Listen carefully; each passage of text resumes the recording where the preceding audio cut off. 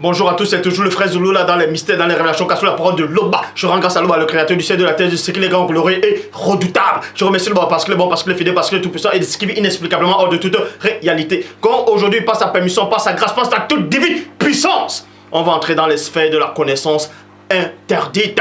Donc aujourd'hui, on va parler de la polygamie. La polygamie, c'est un fléau qui touche beaucoup de personnes actuellement, qui a touché beaucoup de civilisations, même dans beaucoup de religions aussi. On parle de la polygamie. Et beaucoup de gens disent en tout cas qu'ils approuvent la polygamie, que Dieu n'a pas interdit la polygamie, ni Christ n'a interdit la polygamie, mais d'autres aussi condamnent la polygamie. Nous allons donc voir si Dieu approuve, c'est-à-dire si Loba approuve la polygamie. Parce qu'il est dit dans Proverbe 19:2 que le manque de science n'est bon pour personne. Et dans Proverbe 25:2, la gloire de Loba est de cacher des choses et la gloire de roi est de sonder des choses. Donc aujourd'hui, toi qui me regardes, toi qui es assis devant ton laptop, devant ton écran, peu importe où tu te trouves, regarde cette vidéo et écoute attentivement, beaucoup d'écailles vont tomber. Pour ça, on va commencer par la toute première personne, en tout cas dans l'histoire biblique des Bibles actuelles que vous connaissez, la toute première personne dans l'histoire de la création, dans le plan physique, en fonction des Bibles actuelles, qui avait accepté la notion de la polygamie, qui était polygame. On va aller, c'est l'un des descendants de Caïn, c'est-à-dire de Pongicé, dans Genèse chapitre 4, au verset 19, il est dit ceci: le mec prit 2 femmes, 2 points. On vous dit ici que le mec il a pris 2 femmes, donc il était polygame. Et quand il prenait cette femme-là, il y avait une entité qui était derrière ce personnage, une entité qui l'a poussé à aller prendre 2 femmes en même temps. Et on verra donc si cette notion, comme j'ai dit, de polygamie vient de Dieu, si Dieu approuve cela ou pas. Donc, dans Genèse 4:19, le mec prit 2 femmes, le nom de l'une était Ada, virgule, et le nom de l'autre était Stella. Genèse 4:23, il est dit ceci: le mec dit à ses femmes, 2 points, Ada et Stella, écoutez ma voix, et non la voix de Dieu, mais écoutez ma voix. Femme de le mec, écoutez ma parole, j'ai tué un homme pour ma blessure, virgule, et un jeune homme pour ma menstruation. On vous dit ici, le mec sort de sa bouche ici qu'il a tué un homme pour sa blessure et un jeune homme pour sa menstruation. Cette histoire s'est passée à l'époque ancestrale. Mais ici, on ne va pas entrer dans les détails de quelle personne il a tué, c'est-à-dire s'il a réellement tué 2 personnes ou pas. Vous verrez cela bientôt. Mais toujours est-il que c'était la première personne qui était polygame selon les Bibles actuelles physiquement. C'était la première personne physique qui était polygame dans le plan terrestre. Et dans Genèse chapitre 16, au verset 1 à 4, il est dit ceci: or, Sarai, c'est-à-dire Sarah, qui est femme d'Abraham, de Sango, ne lui avait point donné d'enfant, mais elle avait une servante, et dans cette version, il est dit elle avait une servante égyptienne, mais elle avait une femme de main. Son nom était Agar. Point. Sarai dit à Abraham: s'il te plaît, le Seigneur m'a empêché d'avoir des enfants. S'il te plaît, aie des rapports avec ma servante, en tout cas je lis en fonction de la Bible actuelle, aie des rapports avec ma servante, peut-être que par elle, j'aurai des enfants. Point. Et Abraham écouta la voix de Sarai. Point. On vous dit ici, même, en tout cas dans la Bible actuelle, Sarah a accepté aussi la notion de la polygamie. Elle a accepté cette notion-là d'une coépouse, parce qu'elle n'avait pas d'enfant. Et en tout cas dans la Bible actuelle, elle s'est dit que le Créateur lui a refusé des enfants. Et maintenant elle envoie son époux d'aller vers une autre personne, c'est-à-dire vers une autre femme, Elle approuve cela dans la Bible actuelle. Elle approuve cette notion, cet état d'esprit de la polygamie. Elle a prouvé cela. Peu importe les intentions que vous avez, que vous n'avez pas d'enfant et que vous voulez un enfant, vous donnez votre mari à une autre femme, ça reste néanmoins, vous partagez cela, ça reste néanmoins la polygamie. C'est l'esprit qui est derrière l'esprit polygame. C'est un esprit qui est derrière. Et on va donc dévoiler cet esprit-là. Premièrement, cet esprit-là a touché le mec, un descendant direct de Caïn, c'est-à-dire de Pongicé. Et ensuite, la même entité, en tout cas le même état d'esprit de la polygamie, a aussi touché Sarah. Et ensuite, on vous dit ici, alors Sarah, la femme d'Abraham, prit Agar, sa servante l'Égyptien, au bout de 10 ans. Au bout de 10 ans, qu'Abraham habita dans le pays de Canaan, et elle la donna pour femme, pour femme, pour femme. Vous voyez, elle la donna pour femme, et non pour concubine, et non pour un seul jour, mais elle la donna pour femme. Ça veut dire que Abraham a eu, c'était sa deuxième femme, selon la Bible actuelle, selon les Écritures de toutes les Bibles actuellement. Abraham aussi a accepté cette notion de la polygamie. Sarah a accepté la notion de la polygamie. Et Agar ici aussi, elle a accepté cette notion-là aussi de la polygamie. Maintenant, plein de gens vont dire, oui, mais c'était Sango, c'était Abraham, c'était Sarah, c'était des patriarches et des matriarches. Si eux, ils ont accepté la polygamie, est-ce que c'est donc autorisé? Puisque vous allez certainement me dire que ces gens marchaient avec le Créateur. On va donc voir durant toute la lignée, dans Genèse 29 au verset 18 à 28. Genèse 29, 18 à 28, en parlant aussi de Tindi, c'est-à-dire Jacob, était amoureux de Rachel. Point. Il dit alors, je suis prêt à te servir 7 ans pour Rachel, ta fille cadette. Point. À quoi Laban dit, 2 points, il vaut mieux que je te la donne que de la donner à une autre personne, à un autre homme. Point. Reste chez moi. Donc on vous dit ici, c'était à une période très reculée où Tindi, le patriarche Tindi, selon la Bible actuelle, est allé en Mésopotamie. Il avait pris la fuite. Il est allé chez son oncle Laban. Et là-bas, il a vu qu'il avait 2 cousines là-bas. Il est tombé amoureux d'une de ses cousines. Et il a demandé au papa de sa cousine de lui offrir sa cousine comme femme. Et Laban, il dit, travaille d'abord pour moi, et ensuite, je te la donne pour femme. Alors, puis, Jacob dit à Laban, donne-moi ma femme. Vous voyez, dans le verset 20, alors Jacob servit 7 ans pour Rachel, mais il fut à ses yeux comme quelques jours à cause de son amour pour elle.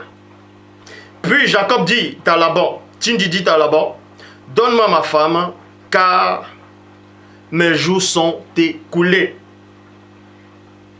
que j'ai des rapports avec elle. Alors Laban réunit tous les hommes du lieu et fit un festin. Verset 23, mais il arriva le soir, virgule, qu'il prit Léa sa fille. Vous voyez, ce n'est plus Rachel. En fait, Jacob, Tindi a demandé qu'il voulait Rachel. Et Laban a accepté. Et derrière, il y a un esprit qui est arrivé, qui a séduit Laban, qui a trompé Laban. Et ensuite, Laban, entré dans un état second, il allait choisir une autre de ses filles auxquelles Tindi Jacob n'avait pas demandé. Donc cet esprit de la polygamie est revenu à saisir Laban. Premièrement, il y avait un esprit de polygame derrière. Mais c'est d'abord un esprit de tromperie qui est venu. Mais il arriva le soir qu'il prit Léa sa fille, puis il l'amena vers lui pour qu'il y ait des rapports avec elle. Point. Et il arriva, dans le verset 25, et il arriva au matin, que voici c'était Léa. Alors Tindi dit à Laban, qu'est-ce que tu m'as fait? Point d'interrogation. Ce n'est pas pour Rachel que j'ai servi chez toi? Point d'interrogation. Pourquoi donc m'as-tu dupé? Pourquoi donc m'as-tu dupé? Duper, c'est tromper. C'est la tromperie. Et on sait que celui qui trompe, c'est le diable, c'est Satan, le Mundima Bobé, le mauvais esprit. Donc, premièrement, l'esprit de duperie est arrivé. Si vous voulez réellement savoir, il y a deux esprits qui travaillent ensemble. L'esprit de la tromperie, c'est-à-dire la duperie, et ensuite l'esprit de la polygamie, dans l'enseignement que je vais donner. Parce que l'esprit, avant que l'esprit de la polygamie puisse s'instaurer, puisse entrer, il y a d'abord l'esprit de la duperie. L'esprit de la duperie va duper comment? Il va vous dire, non, vous avez droit à plusieurs femmes, parce que les patriarches ont fait cela, les Sango ont fait cela. Vous voyez que non, normalement, ce n'est pas un péché, tu peux le faire. Et ensuite, dès que tu acceptes cette notion, dès que tu acceptes cet état d'esprit, dès que tu acceptes cet enseignement, cette semence-là, l'esprit de la polygamie vient maintenant. Il te possède. Et là, tu demandes à avoir plusieurs femmes. Et tu penses que ça vient de Dieu. Donc, et ensuite, dans le verset 27, verset 26, à quoi Laban dit, ce n'est pas la coutume dans notre lieu de faire ainsi, de donner la cadette avant la première née. Achève de fêter la semaine de cette femme, ensuite on te donnera aussi l'autre femme pour le service que tu auras fait chez moi pendant 7 autres années. Et Laban maintenant, premièrement, il a dupé Tindi, et ensuite, il prend maintenant une deuxième fille, c'est-à-dire sa deuxième fille, une autre de ses filles, il donne maintenant à Tindi. Donc l'esprit de la polygamie aussi l'a saisi. L'esprit de la polygamie l'a saisi maintenant. Et bam! 2 Samuel chapitre 12 au verset 8. Parce qu'il y a plein de passages qui existent dans les Bibles actuelles, que ce soit dans la loi et dans l'évangile. De toute façon, c'est toujours l'évangile, que ce soit la loi et à la période du premier-né, c'est toujours l'évangile. L'évangile, c'est la parole. Donc, ici, on vous dit qu'il existe plusieurs passages qui démontrent qu'il y a eu beaucoup de patriarches qui ont eu beaucoup de femmes. Et certains vont dire que nulle part il est écrit que Dieu s'est fâché contre ça. Que Loba s'est irrité contre ça. Et d'autres donneront même des passages où, soi-disant, cet éternel de la Bible là, actuel, dit à ton doigt à David, que j'ai pris les femmes de ton maître, je les ai mis sur ton sein, donc je t'ai donné beaucoup de femmes. Si tu en voulais, je t'en aurais encore donné. On va voir tous ces passages-là, si ça vient réellement de Dieu ou pas. Donc, dans 2 Samuel, chapitre 12, au verset 8, il est dit, « Je t'ai mis en possession de la maison de ton maître. » Ça, c'est ce passage dont j'étais en train d'expliquer. Dans 2 Samuel 12, verset 8, il est dit, « Je t'ai mis en possession de la maison de ton maître. J'ai placé dans ton sein les femmes de ton maître et je t'ai donné la maison d'Israël, c'est-à-dire de Tombonebila et de Juda, de Soma. Et si cela eût été peu, virgule, je t'aurais encore ajouté. » Donc, point. Le bas, il y a plein ici des non-initiés. Ceux qui n'ont aucune substance spirituelle vont prendre 2 Samuel chapitre 12 au verset 8 en disant que vous voyez que c'est Dieu lui-même qui a dit à David que je t'ai donné beaucoup de femmes. Et si tu en voulais encore, j'allais encore te rajouter. Et ils vont vous dire ici que c'est le passage qui prouve que Dieu, que c'est le passage qui montre que Dieu approuve la polygamie. Mais, premièrement, on va vous démontrer que dans la Bible actuelle, en tout cas, que cette entité qui s'est adressée à David ne pouvait à aucun moment être Dieu. 1. Et de deux, cette entité-là, l'entité n'a, en tout cas, qui vient même de Dieu, n'a pas pu dire à David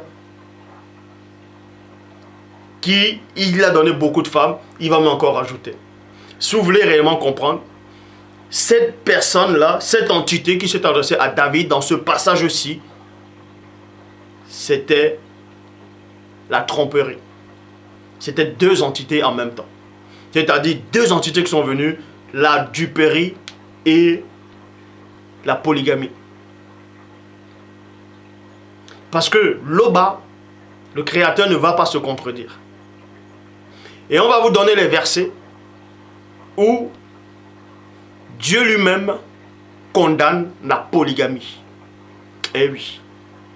On va aussi vous donner des versets où Christ lui-même condamne la polygamie. Où les apôtres eux-mêmes condamnent la polygamie. Pour vous montrer que faites attention quand vous lisez. Faites très attention. Parce que celui qui est polygame, tu penses aimer tes femmes. Mais on va vous dévoiler exactement le noyau même de la polygamie. Dans 2 Samuel chapitre 5 au verset 13, il est dit: David prit encore des concubines et des femmes de Longanapi, c'est-à-dire Jérusalem. Après qu'il eut vécu, après qu'il fut venu d'Hébron, il lui naguit encore des fils et des filles. Mais remarquez que Abraham, selon la Bible actuelle, a eu beaucoup de femmes, il a eu des concubines, ainsi de suite. Son fils, en tout cas, l'un de ses fils, connu sous le nom de Yololo, c'est-à-dire Isaac, lui, il avait une seule femme. Eh oui, Isaac, lui, il avait une seule femme. Isaac avait une seule femme. Et maintenant, les fils d'Isaac, ils avaient plusieurs femmes. Posez-vous la question, pourquoi Isaac n'a pas eu beaucoup de femmes? Pourquoi Isaac a eu une seule femme? Pourquoi? Isaac a eu une seule femme parce que la femme d'Isaac la complétait. La femme d'Isaac avait tout. Elle était mystérieuse. Elle était spirituelle. Elle connaissait. La femme d'Isaac était initiée d'une connaissance que vous ne pouvez pas imaginer. C'est pour ça que la femme d'Isaac ne pouvait à aucun moment tolérer une coépouse. Parce qu'elle connaissait la loi de Dieu.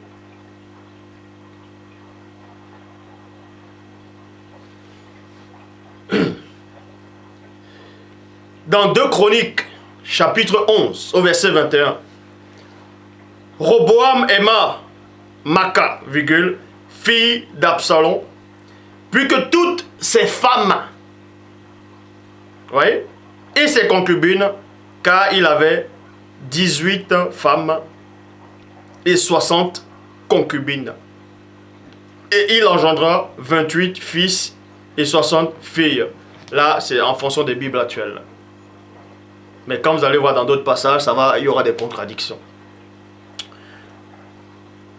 Dans 1 Roi, chapitre 11, au verset 3, il est dit, il, en parlant de Monmon, c'est-à-dire Salomon, eut 700 princesses et 300 concubines, ses femmes, et ces femmes détournèrent son cœur. Point.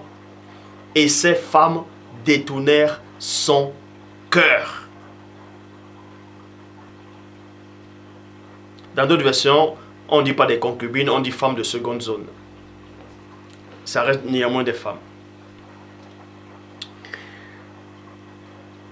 2 Chroniques, chapitre 13, au verset 21.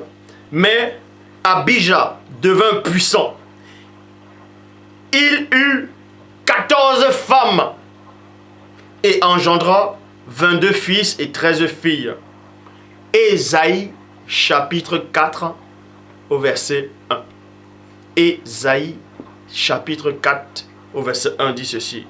Et cette femme saisiront en ce jour un seul homme et diront, nous mangerons notre pain, virgule, et nous nous vêtirons de nos habits. Fais-nous seulement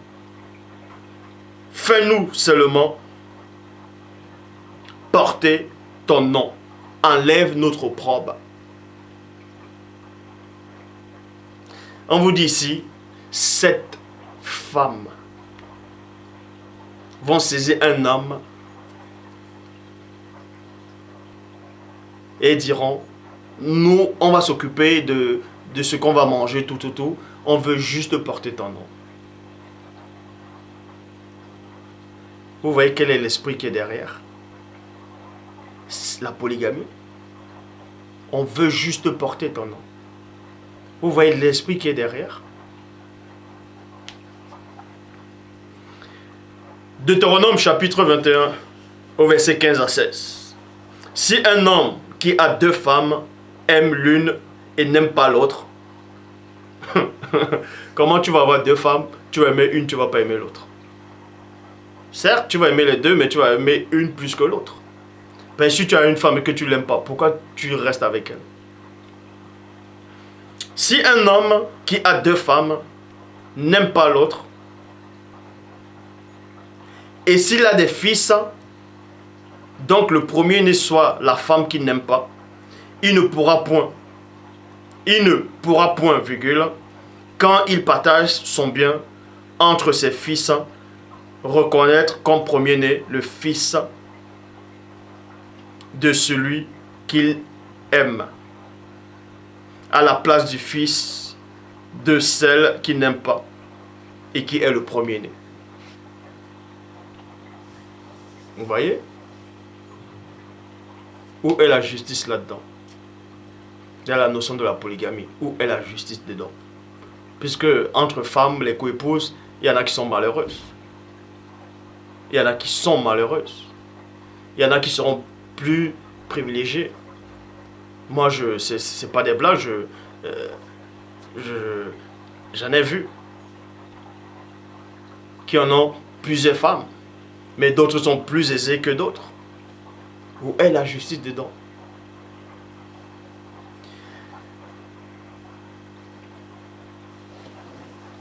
Maintenant, on va entrer dans l'évangile. Vous voyez, je ne parle pas trop vite. On va aller dans l'évangile. Parce que dans l'évangile, il y a beaucoup de passages. En tout cas, à la période du premier-né. Dans les Bibles actuelles. On va aller dans les passages qui troublent beaucoup de gens. Plein de gens essaient d'expliquer ces passages en disant que Christ lui-même a autorisé la polygamie. Dans Matthieu 25, versets 1 à 2, il dit: alors le royaume des cieux sera dans le futur et non est. Le royaume des cieux sera semblable à 10 vierges. Le royaume des cieux sera semblable à 10 vierges qui, ayant pris leur lampe, allaient à la rencontre de l'époux. On vous dit ici que le royaume des cieux sera semblable à 10 vierges, c'est-à-dire 10 femmes qui vont à la rencontre d'un seul homme. Donc c'est la polygamie. Maintenant, plein de gens vont lire ce passage, vont dire, mais Christ a donné cette parabole. Koudoumana a donné cette parabole, ça veut dire que lui-même, il approuve la polygamie. Que lui-même, il approuve la polygamie. Mais on va démonter ce passage-là maintenant. On va vous montrer qu'il n'y a qu'un seul enseignant. Apocalypse, chapitre 21, au verset 2. Avant d'aller d'Apocalypse 21, verset 2, on vous dit néanmoins dans Matthieu 25, verset 1 à 2.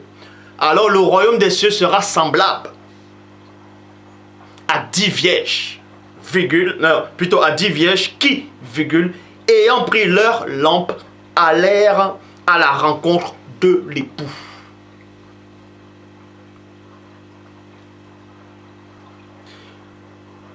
On va donc aller maintenant dans le futur de ce royaume des cieux qui est semblable à 10 vierges. Et on va donc voir si c'est l'époux va se marier avec plusieurs femmes, c'est-à-dire est polygame. Apocalypse chapitre 21 au verset 2. Et je vis descendre du ciel, d'auprès de Dieu, la ville sainte, c'est-à-dire le royaume des cieux. La nouvelle Jérusalem, c'est-à-dire Longanapi. Préparée comme une épouse. Et non comme plusieurs épouses. Et non comme 10 vierges. Qui s'est paré pour son époux. Point. Dans Apocalypse chapitre 21, verset 2, contredit Matthieu 25, verset 1 à 2. Puisque dans Matthieu 25, verset 1 à 2, on vous dit, le royaume des cieux sera semblable à 10 vierges qui vont à la rencontre de l'époux dans le royaume des cieux. Or, dans Apocalypse 21, verset 2, on vous dit, le royaume des cieux est préparé comme une épouse. Donc, le royaume des cieux n'est pas semblable à 10 vierges, mais le royaume des cieux est semblable à une seule épouse qui est parée pour son époux. Donc, la notion de la polygamie devant Dieu disparaît ici. Vous allez me dire, mais Christ s'est contredit. C'est que vous n'avez pas compris l'essence de Christ. Vous n'avez pas compris les mots. Parce que c'est dans vos Bibles actuelles que tu es trafiqué. Apocalypse chapitre 21, verset 9, il est dit. Mais là, j'avais d'abord donné Apocalypse chapitre 21, verset 2. Maintenant, Apocalypse chapitre 21, verset 9, il est dit. Puis, un des 7 anges qui tenait les 7 coupes remplies des 7 derniers fléaux vint. Et il m'adressa la parole en disant, viens, viens, virgule, je te montrerai l'épouse, et non les épouses, et non les 10 vierges dans Matthieu 25, mais l'épouse, une épouse, la femme, une femme, et non les femmes de l'agneau. De l'agneau. Vous voyez? Le royaume des cieux est semblable à une seule femme, c'est-à-dire à une seule vierge, à une seule épouse, et non ce que Matthieu 25 dit. Matthieu 25, c'est une parabole. Même si on prend la comparaison de plusieurs femmes, que le royaume des cieux ressemble à 10 femmes, qui se lèvent avec les lampes pour aller à la rencontre de l'époux. Mais quand on entre dans la révélation, le bas, on ne voit plus 10 femmes. On ne voit même pas 5 femmes. On voit une seule femme. Donc la notion de la polygamie est disparue devant Dieu. Matthieu 22, versets 29 à 30, il est dit, Christ leur répondit, vous êtes dans l'erreur, virgule, parce que vous ne comprenez ni les Écritures, ni la puissance de Dieu, de l'Oba, car à la résurrection, virgule, les hommes ne prendront point de femmes, ni les femmes de Marie, mais ils seront comme les anges de l'Oba dans le ciel. Selon, en tout cas ici, moi c'est que rien ne contient le divin. Nous allons maintenant entrer dans la pensée même de Dieu lui-même, de l'Oba. On va montrer les versets maintenant qui balayent complètement la notion de la polygamie. Qui vous montre que la polygamie n'est pas de l'Oba. Elle n'a jamais été de l'Oba. Elle ne sera jamais de l'Oba. Donc les entités qui ont apparu dans la Bible actuelle, aux patriarches en leur disant, tu peux avoir plusieurs femmes, tout ceci, ne venait pas de Dieu. Genèse chapitre 2 au verset 18, il est dit, Dieu dit, 2 points, il n'est pas bon que l'homme soit seul. Je lui ferai une aide et non 2 aides, et non plusieurs. Et non plusieurs, mais une. Quand la parole dit une, c'est une, ce n'est pas 2. Une, semblable à lui. Proverbe chapitre 18 au verset 22. Celui qui trouve une femme et non plusieurs femmes. Celui qui trouve une femme et non plusieurs femmes trouve le bonheur. C'est une grâce qu'il obtient de l'Oba. On vous dit quoi? Trouver une seule femme, en tout cas une femme selon Loba, c'est une grâce que Loba vous accorde. Ça c'est la loi, ça c'est la parole. Et non plusieurs femmes. Genèse chapitre 24, au verset 67, il est dit, Isaac conduisit Rebecca dans la tente de Sarah. Point, virgule, sa mère. Il prit Rebecca, virgule, qui devint sa femme, virgule, et il l'aima. Et il l'aima. À cause de l'amour véritable qu'il avait pour sa femme, il ne pouvait plus aller prendre une autre femme. Si tu aimes réellement ta femme, si tu as le respect pour ta femme, la complicité et le dialogue avec ta femme, tu ne voudras même pas prendre une autre. Isaac avait compris ça. Il aimait sa femme, réellement. C'est pour ça qu'il ne pouvait pas se permettre d'avoir une deuxième. Ou une troisième, peu importe. Et ceux qui sont polygames, qui aiment ça, c'est parce qu'ils aiment le sexe. Une seule femme ne te suffit pas. Une seule femme ne te suffit pas. Pourquoi tu veux plusieurs? Tu veux faire comme Salomon? Tu veux essayer de chercher la perfection partout? Donc, quand l'esprit de la polygamie vous saisit, c'est parce que quand vous avez une femme, vous allez voir peut-être que celle-ci, elle a un joli visage. Mais elle n'a pas les formes que tu veux. Mais parce qu'elle a un joli visage, tu vas l'aimer pour son joli visage. Maintenant, quand tu vas voir une autre, elle n'a pas le même visage que ta femme, mais elle a plus de forme, tu vas être attiré par elle. Et l'esprit maintenant de la tromperie va te duper. Et ensuite, tu vas accepter la notion de la polygamie en disant, ouais, mais les patriarches ont fait ça. Tiens, tu vas aller vers celle-là parce qu'elle a des formes. Maintenant, tu vas aller vers l'autre aussi parce qu'elle a un joli sourire. Ainsi de suite. En fait, quand tu es polygame, quand l'esprit de la polygamie te saisit, c'est parce que tu es toujours à la quête de la perfection. De la perfection qui n'est pas de Dieu. Donc, tu vas toujours chercher un petit truc. C'est pour ça que Salomon, il avait plusieurs femmes. Mon avait plusieurs femmes. Parce qu'il cherchait, quand tu voyais une... Bref, toutes les femmes qu'il avait étaient belles, certes. Mais d'autres avaient des beautés qui différaient des autres. De même que Paul dit, l'étoile diffère en éclat d'une autre étoile. Donc, quand Mon voyait une femme, pac, il voyait une autre.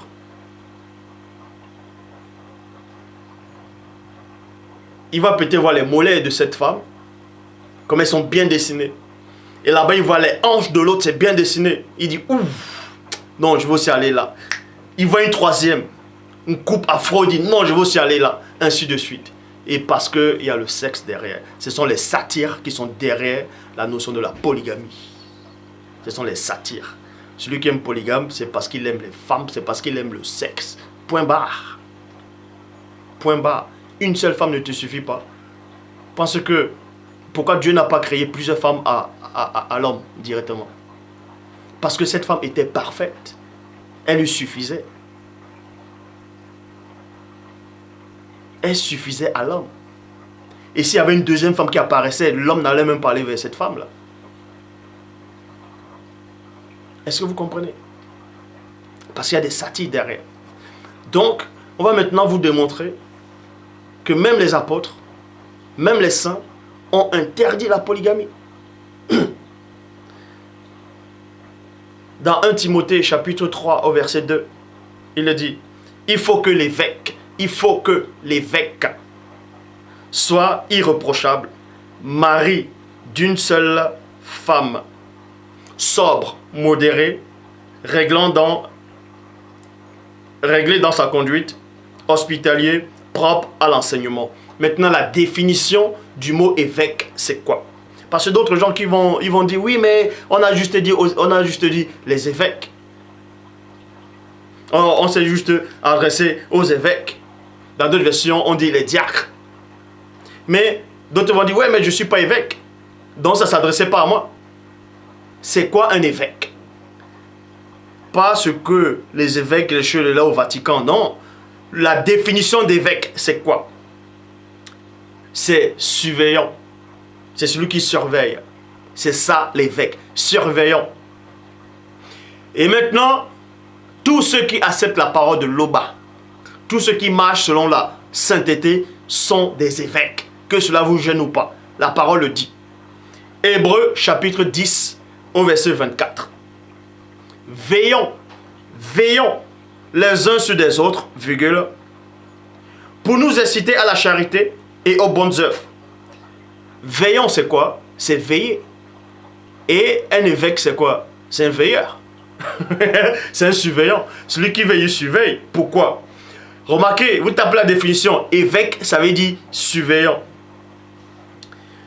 Et dans 1 Timothée, chapitre 3, au verset 2, dans la Bible de Darby, dans la traduction de Darby, il est dit ceci.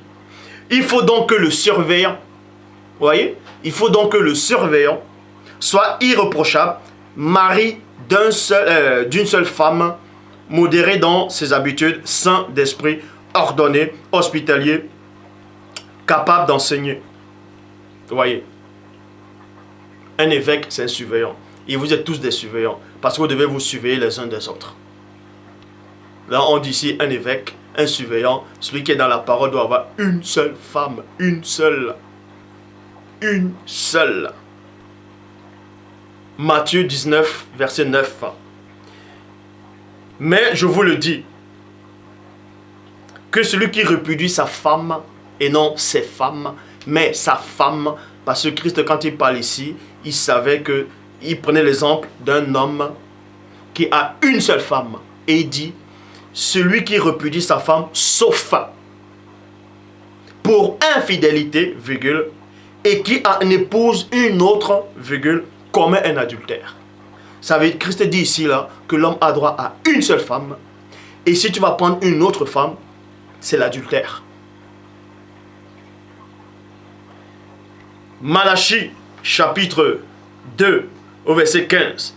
Prenez donc garde à votre esprit, virgule, et qu'aucun ne soit infidèle à la femme de sa jeunesse, et non aux femmes de sa jeunesse.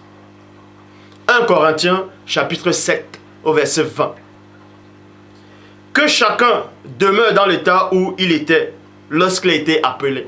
Maintenant, ceux qui n'ont pas de connaissances spirituelles vont dire, oui, mais la même parole dit ici, dans 1 Corinthiens 7, 20, que chacun demeure dans l'état où il avait été appelé.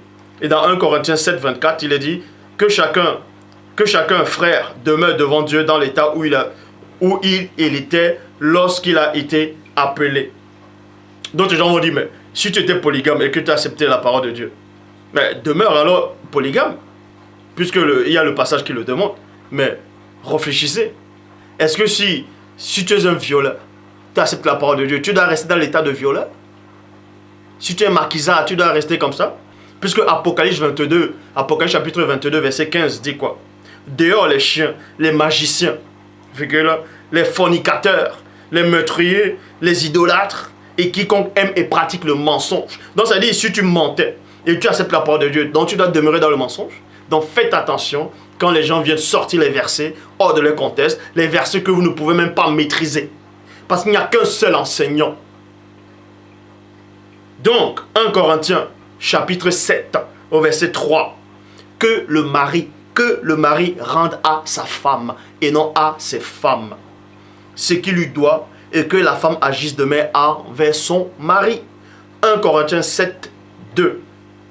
Cependant, en raison de la fornication, si répandue, que chaque homme ait sa propre femme et non ses propres femmes, et que chaque femme ait son mari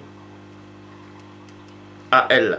Genèse chapitre 2 au verset 24, il est dit, c'est pourquoi l'homme quittera son père et sa mère, s'attachera à sa femme, les deux deviendront une seule chair. Matthieu 19, 4 ans, il répondit, n'avez-vous pas lu que le Créateur au commencement fit l'homme et la femme et non l'homme et les femmes? Vous voyez, la polygamie ici ne vient pas de l'Oba. La polygamie, celui qui pratique ça, c'est parce qu'il aime le sexe. Il aime la chair. Il aime les formes. Il aime ça. Ça s'appelle l'appétit sexuel démesuré. Ce sont les satires qui sont derrière. Isaac avait compris ça. Et la femme d'Isaac avait compris ça. Est-ce que vous comprenez? Le Père s'est encore glorifié.